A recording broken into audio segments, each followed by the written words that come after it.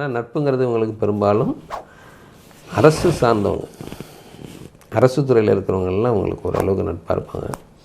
லக்னம் நம்ம எடுத்துக்கிட்டோன்னு கேட்டிங்கன்னா முதல்ல இருக்கிறது கடகம், இரண்டாவது இருக்கிறது சிம்மம், மூன்றாவது இருக்கிறது மகரம்.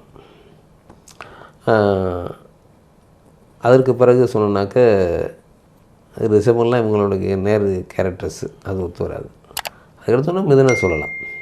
இந்த 5 லக்னங்களும் உங்களுக்கு பொருந்தும், நட்பு வட்டாரத்துக்கும் பொருந்தும். இவங்களுக்கு ஈக்குவலாக இணக்கமாக வேலை செய்கிறதுக்கும் இவங்களுடைய எண்ணங்களை தெரிஞ்சுக்கக்கூடியவங்களாக அவங்க இருப்பாங்க. இவங்களோட இணக்கமாக இவங்களுடைய பழக்க வழக்கங்கள் இருக்கும். நட்பு வட்டாரம் அந்த மாதிரியாக இருக்கும். இவங்க எந்த நட்சத்திரத்துக்காக திருமணம் பண்ணலாம்? வணக்கம் ஜி. வணக்கம் சார். மகாபாரதம் ஜோதிடம் பார்த்துக்கிட்டு இருக்கோம். லக்னங்கள் பற்றி தான் நம்ம பெரும்பாலும் பேசுகிறோம். இது வந்து நட்சத்திர பகுதி அப்படிங்கிறனால என்னென்னு கேட்டிங்கன்னா அதோட லக்னத்துடன் சேர்ந்து நம்ம நட்சத்திரத்தையும் நம்ம பார்க்குறோம். அப்படி இந்த கன்னியா லக்னத்தை பொறுத்த வரைக்கும் உங்களுக்கு உத்திர நட்சத்திரம், அஸ்த நட்சத்திரம், அதற்கு அடுத்தாக வரக்கூடிய சித்திரை நட்சத்திரம், அதில் 1-2 பாதம் மட்டும் அந்த கன்னியில் இருக்கும். பாக்கி 3-4 பாதங்கிறது உங்களுக்கு துலாமில் வந்துடும். அப்படிங்கும்போது கன்னிக்கான கேரக்டர்ஸ் வேறு, துலாமுக்கான கேரக்டர்ஸ் வேறு. அப்படிங்கிறனால தான் இந்த 2 பாதத்துக்கு மட்டும் நம்ம இந்த திஷ்ட தூய்மன்கிற ஒரு கேரக்டர் நம்ம எடுத்துருக்கோம். சின்ன கேரக்டர் தான், ஆனால் அதனுடைய செயல்பாடு வந்து ரொம்ப விசித்திரமானது. இதுக்கு முன்னாடி நம்ம பேசியிருக்கோம். நம்ம என்னென்னு கேட்டிங்கன்னா துரோணரை கொல்றதுக்காக தான் அந்த பிறப்பே டார்கெட்டே அவருக்கு அதுதான் திஷ்டதிம்மனுக்கு. அப்படிங்கும்போது அவர் அது சம்மந்தமாக ஒரு பெரிய குருவை வந்து அஸ்திர வித்தைகள் தெரிஞ்ச குருவை வந்து கொல்லணுங்கிறதுக்காக படைக்கப்பட்டிருந்தாலும் அவ்வளோ பெரிய ஆளை கொள்றதுக்கு அவர்கிட்டே போய் வித்தையை கற்றுக்கிறதுக்கு அனுப்புறது தானே துருபதன் அனுப்புகிறாரு. அவரும் தயங்காமல் சொல்லிக் கொடுக்குறாரு. இதெல்லாம் வந்து உங்களுக்கு மகாபாரதத்தில் இருக்கக்கூடிய விஷயங்கள். ஏன்னா ஒரு திறமை உள்ளவனுக்கு தன் மேலே இருக்கிற நம்பிக்கையில் இவன் என்ன செஞ்சிட முடியும், நீ வந்து பாடுற உன்னால் முடிஞ்சா செய்டாங்கிற ஒரு அந்த எண்ணம் வந்து எல்லா பெரிய மனிதர்களுக்கும் வரும். அரசியல்லேருந்து எல்லா விதமான வித்தை கற்றவர்களுக்கும் தன் வித்தை மேலே உள்ள நம்பிக்கையில் இதை செய்வாங்க. அந்த மாதிரி தான் துரோணரும் பரவாயில்லவா கற்றுத்தரேன்னு சொல்லி கற்றுக் கொடுத்துருக்காரு. அப்போது இந்த திஷ்டதிம்மன்கிற கேரக்டர் வந்து உங்களுக்கு இந்த சித்திரை நட்சத்திரம் ஏன்னு கேட்டால் சித்திரை நட்சத்திரம் செவ்வாயினுடைய நட்சத்திரம். அதுக்காக வந்து ஒன்றுன்னா உங்களுக்கு அது ஒரு ரூல்ஸ் அண்ட் ரெகுலேஷனை கடைபிடிக்கிறது. எதுக்காக வந்திருக்கோம், என்ன செய்ய போகிறோம் அப்படின்னா அந்த வேலையை தான் அது செய்யும். பச்சாதாபம் பார்க்க மாட்டாங்க இல்லையா, அது மாதிரி சென்டிமெண்ட்டுக்கும் ஆளாக மாட்டாங்க அவங்க. இது அவங்களுடைய அடியில் இருக்கக்கூடிய குணம்னு வச்சுக்கணும். அப்போ இவங்களை வந்து நீங்கள் எதன் மூலமாகவும் நீங்கள் இவங்களை வீழ்த்திட முடியாது. சென்டிமெண்ட்டாக பேசுகிறனாலையோ அல்லது காதல் வசைப்படுறதுனாலையோ அல்லது பழக்கங்களில் ஏதோ ஒரு பழக்கத்துக்கு ஒரு அடிமையாடுவார் அப்படிங்கிற மாதிரினா எந்த விதமான பழக்கங்களுக்கும் அடிமையாக மாட்டாங்க, சென்டிமெண்ட்டுக்கும் ஆளாக மாட்டாங்க. ஒரு வித்தியாசமான நபராக அவங்க இருப்பாங்க. என்ன டார்கெட்டோ அந்த டார்கெட்டை நோக்கியே தான் அவங்க உட்காந்துருப்பாங்க. இதுதான் இவங்களுடைய இயல்பு. இந்த கேரக்டர் வந்து அதற்காக தான் நம்ம இந்த திஷ்டதிம்மன் எடுத்தோம். ஏன்னா தன்னுடைய குருவையே தானே கொள்றதுங்கிறது அந்த தயக்கமெல்லாம் பண்ணுறாங்கள்ல அந்த வேலையை, அது இவங்களால தான் முடியும் அப்படிங்கிறதுக்காக இந்த கேரக்டரை பற்றி நம்ம எடுத்துருக்கோம். நம்ம எல்லோரும் அப்படியானா அப்படி சொல்லிடக்கூடாது, ஏன்னா அது தப்பாக போய்டும் இல்லைங்களா. ஏன்னா அப்போது இந்த ஜாதகத்தினுடைய வலிமையை பொறுத்துங்க இருக்குது. செவ்வாயுடைய நட்சத்திரமாக இருந்தாலும், இப்போ செவ்வாய் உச்சமாக இருந்தாலும், உச்சம்னா உங்களுக்கு செவ்வாய் வந்து இந்த நட்சத்திராதிபதி வந்து உச்சம்னா மகரத்தில் உச்சம் அது, அல்லது லக்னாதிபதி உச்சமாக இருந்து செவ்வாய் நீச்சமாக இருந்ததுன்னு கேட்டிங்கன்னா இந்த எண்ணங்கள்லாம் அவங்ககிட்ட இருக்காது. அப்போது அவங்களுடைய ஜாதகம்தான் இந்த விஷயத்தை பூரா எந்த அளவுக்கு இந்த திஷ்டத்வீமன் மாதிரி இவங்க இருப்பாங்க அல்லது இருக்க மாட்டாங்க அப்படிங்கிறத அவங்க ஜாதகம் தீர்மானிக்கும். ஏன்னா சில சத்திரிய கிரகங்கள் வலிமையாக இருந்தால் இதெல்லாம் அந்த சடனாக ஒரு எதிர்பாராமல் திடீர்னு ஒரு செயலை செஞ்சுறதுங்கிறது நடக்கும். அப்போ இது வலிமையாக இல்லைன்னா திடீர்னுலாம் அவங்க செய்ய மாட்டாங்க, பொறுமையாக செய்வாங்க, மாற்றங்கள் நிச்சயமாக இருக்கும். இதுதான் நம்ம ஏன்னா இப்போ நம்ம சொல்லும்போது கூட நீங்கள் கூட கேட்டிங்க, நம்ம இது ஷூட்டிங் எடுக்கிறதுக்கு முன்னாடி கூட நீங்கள் கேட்டிங்க, என்ன சார் கன்னியா லக்னத்துக்கு பூரா வந்து ஒரே ரிலேட்டடாக தான் வருது அப்படின்னு கேட்டிங்க நீங்கள். அதுக்கு காரணம் என்ன கேட்டிங்கன்னா இந்த லக்னம் மிகுந்த புத்திசாலித்தனம் உடைய லக்னமாக டோட்டலாக இருக்குது உங்களுக்கு. அதில் சூரியனுடைய நட்சத்திரம், சந்திரனுடைய நட்சத்திரம், செவ்வாயுடைய நட்சத்திரம் மூணுமே வந்து ஒரு டிஃப்ரெண்ட் கேரக்டராக இருந்தாலும் திருமண வாழ்க்கை சம்மந்தமாக, படிப்பு சம்மந்தமாக எல்லாமே வந்து ஏறக்குறைய ஒரே மாதிரி தான். இதில் கொஞ்சம் வித்தியாசங்கிறதுங்கிறது அவங்களுடைய ஜாதகத்தின் அடிப்படையில் வேணால் கொஞ்சம் மாறுபடலாமே தவிர, ஆனால் ஏறக்குறைய வந்து எல்லாமே வந்து 3 நபர்களுக்கும் ஒரே மாதிரியாக வரக்கூடிய விதமாகத்தான். ஏன்னா 7ஆம் இடத்தை தான் நம்ம திருமணத்துக்கு சொல்லணும், 2ஆம் இடத்தை தான் கல்விக்கு சொல்லணும், 9ஆம் இடத்தை தான் உயர்கல்விக்கு சொல்லணும் உங்களுக்கு. அப்போ இதெல்லாமே கேரக்டர் வந்து எல்லாம் ஒரே கேரக்டர் மாதிரி தான் வருது. அப்போது உங்களுடைய குணத்தை வச்சு தான் அதனுடைய நம்ம டிஃப்ரெண்ட் பண்ணி காமிக்க முடியுமே தவிர ஏறக்குறைய எல்லாருமே ஒரே மாதிரியாக வரும். ஆனால் இதில் ஒரு ஸ்பெஷல் என்னன்னு கேட்டிங்கன்னா, இப்போ மற்ற 2 நட்சத்திரத்துக்கான வாழ்வியலுங்கிறது கொஞ்சம் ஆரம்ப காலகட்டத்தில் கொஞ்சம் சிரமமானது. கன்னியா லக்கணத்துக்கு இந்த செவ்வாய் நட்சத்திரத்துக்கு முன்னாடி இருக்க சந்திரன் சூரியன்னா என்னென்னா இந்த லக்கணத்துக்கு ஆப்போசிட் கேரக்டர்ஸ் சூரியனும் சந்திரனும். அப்போ அவங்க திசை முடிகிற வரைக்கும் படாத பாடு இவங்க படுற மாதிரி இருக்கும். ஆனால் இந்த நட்சத்திரத்தில் பிறந்தவங்களுக்கு ஒரு 3 வருஷம்தான், பிறந்ததுலேருந்து ஒரு 3 வருஷம் தான் கஷ்டமானது. அதிகபட்சம் 5 வருஷம் அல்ல 6 வருஷம், அவ்வளோதான் அவங்களுடைய கஷ்டம். அதுக்கப்புறம் ராகு திசை வரும்போதே அவங்களுடைய லைஃப் டோட்டலாக அப்படியே சேஞ்ச் ஆகும். அப்போ ஒரு 20 வயசு, 21 வயசு, 22 வயசு, 23 வயசுலலாம் கல்யாணம் பண்ணிவிடுவாங்க. அதுவும் அவசர கல்யாணம் தான். எல்லாம் திடீர்னு நடக்கக்கூடிய கல்யாணமாக அவங்களுக்கு இருக்கும். அதுக்கப்புறம் அந்த குரு திசை முழுவதும் வந்து இவங்களுடைய லைஃப் எப்படி போகும்னு கேட்டிங்கன்னா, மனைவி சார்ந்து அல்லது கணவர் சார்ந்தே போய்டும். தனித்தன்மைங்கிறது உங்கள்கிட்ட இருக்காது. அதனால தான் இந்த டிஃப்ரெண்ட் தான் உங்களுக்கு சௌரியமாக வாழ்க்கை போய்கிட்டே இருக்கும். எதை பற்றியும் கவலைப்பட வேண்டியதில்லை. அதனால தான் இந்த திஷ்ட தூய்மனை எடுத்தது. ஏன்னா அவனுக்கு எதை பற்றியும் கவலை இல்லை. திஷ்ட தூய்மனுக்கு தன்னுடைய சகோதரிக்காக, அப்பாவுடைய சபதத்தை நிறைவேற்றுறதுக்காக இவ்வளோ தான் அவருக்கு டார்கெட்டுங்கனால வேறு எந்த விஷயமும் பற்றி அவருக்கு கவலை இல்லை. அது எப்போன்னு தான் காத்துக்கிட்டு இருக்கார் அவர். போர் எப்போ வரும்னு தான் காத்துக்கிட்டு இருக்கார். அது மாதிரியாக இவங்களுடைய விஷயங்கள் வந்து பொதுவாக என்னென்னா, வாழ்வியலில் வந்து பெருசாக எந்த லட்சியமும் உங்களுக்கு கிடையாது. இருக்குது, வாழணும், சந்தோஷமாக வாழணும், நினச்சது செய்யணும், இவ்வளோ தான் இவங்களுடைய டார்கெட். அப்போ இவங்களுக்கு வரக்கூடிய மனைவி ரொம்ப பலமாக அமைஞ்சிட்டாங்கன்னு வச்சுங்க. இப்போ மீனம் தான் உங்களுடைய வாழ்க்கை துணையை குறிக்கக்கூடிய இடமாக குருவாக இருக்குது. 4ஆம் இடம் குரு தான். வீடு நில வாகன யோகம், மனைவி சம்மந்தப்பட்டது, தொழில் சம்மந்தப்பட்டது. இவங்களே சுயத்தொழில் தான் பெரும்பாலும் பண்ணுவாங்க. அல்லது வேலை செய்கிறாங்க அப்படின்னா அந்த ஏஜென்சியில் அவங்களுக்கு ரொம்ப பிடித்தமானது தான். ஏதாவது ஒன்று ஏஜென்சி எடுத்துக்கிறது, வேலை பார்த்தாங்கன்னா இவங்க சௌகரியத்துக்கு பார்க்குறது, இதெல்லாம் இவங்க பண்ணக்கூடியவங்க. அப்புறம் பெரிய பெரிய ஆட்களுடைய ஆலோசகர் இவங்க. ஏன்னா இவங்க வந்து புத்திசாலித்தனத்தை இவங்க செயல்படுத்த மாட்டாங்க, மற்றவங்களை செயல்படுத்த வைக்கிறது தான் இவங்களுடைய வேலையை. இதெல்லாம் அந்த கன்னி இலக்கணத்தினுடைய மொத்த இது.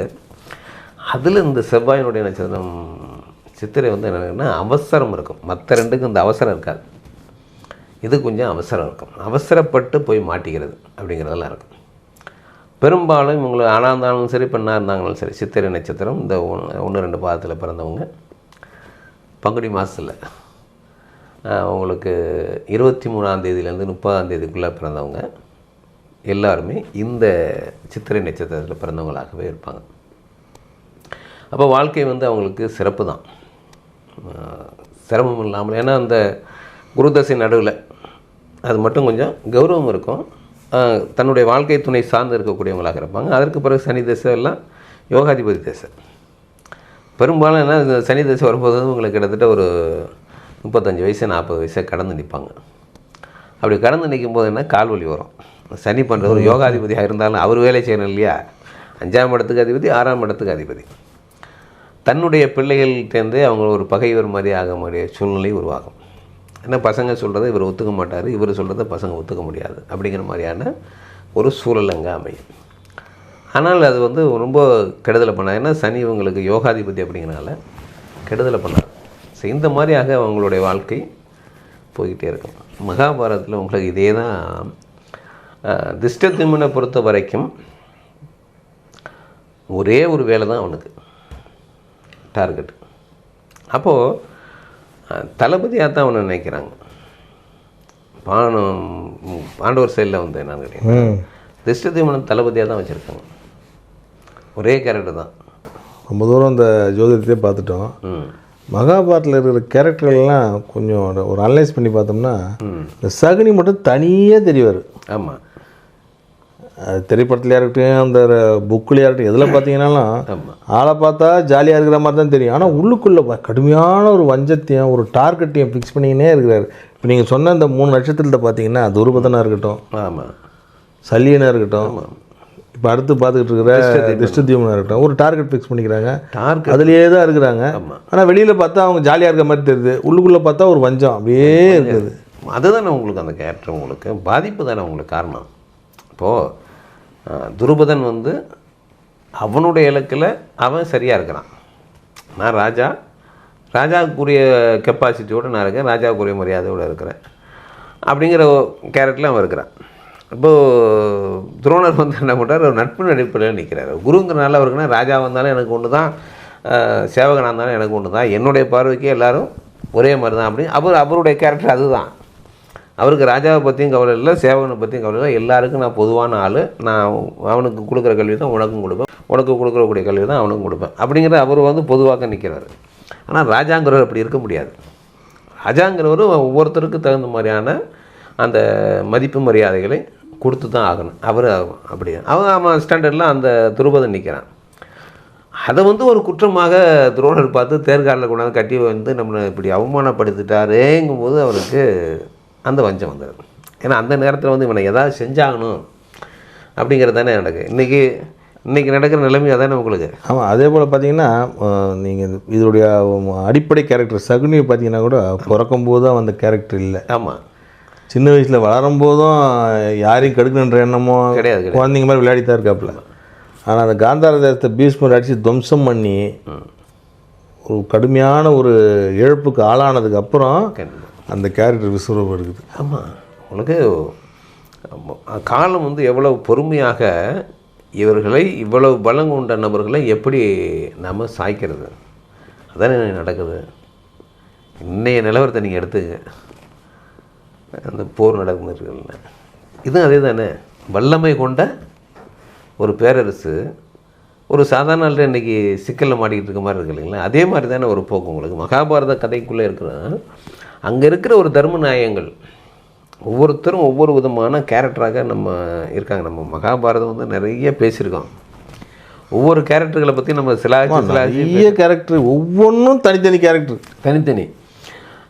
இப்படியாப்பட்ட நபர்கள் வந்து ஒரு செயலுக்குள்ளே இருக்காங்க அப்படின்னா அவன் எப்படி செயல்படுவான் அப்படிங்கிறது தான் மகாபாரதத்தினுடைய ஒரு மிக அற்புதமான ஒரு விஷயங்கள்.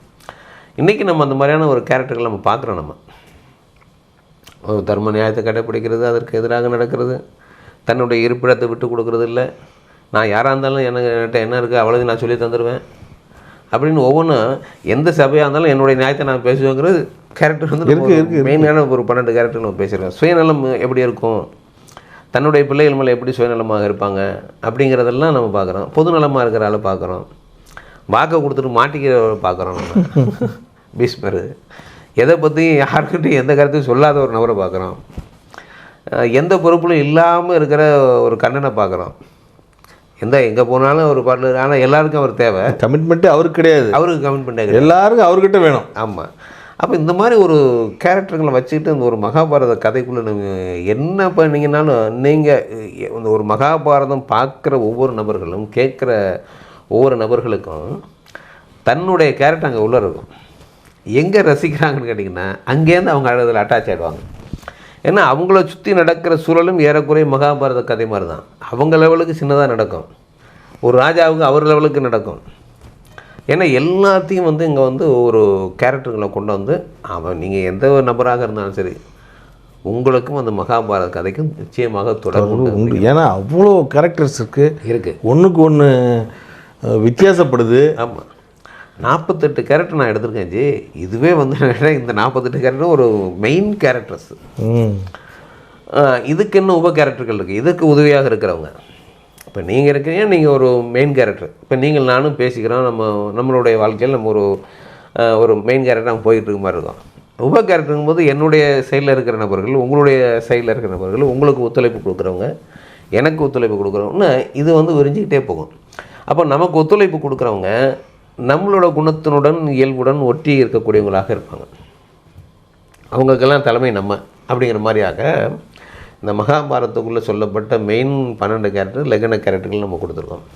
அதற்கடுத்து வரக்கூடிய 36 கதாபாத்திரங்கள் வந்து இந்த கேரக்டர்களுக்கு சப்போர்ட்டிவாக இருக்கக்கூடிய கேரக்டர்களாக அமையுது. அதனால தான் இப்போ அந்த 3 கேரக்டரும் பார்த்திங்கன்னா ஏறக்குறைய சகுனியை ஒத்து போகக்கூடிய கேரக்டராக இருக்கும். ஒரு பாதிப்பினால் பழிவாங்கக்கூடிய நபர்களாக இருக்காங்க இந்த 2 பேரும்.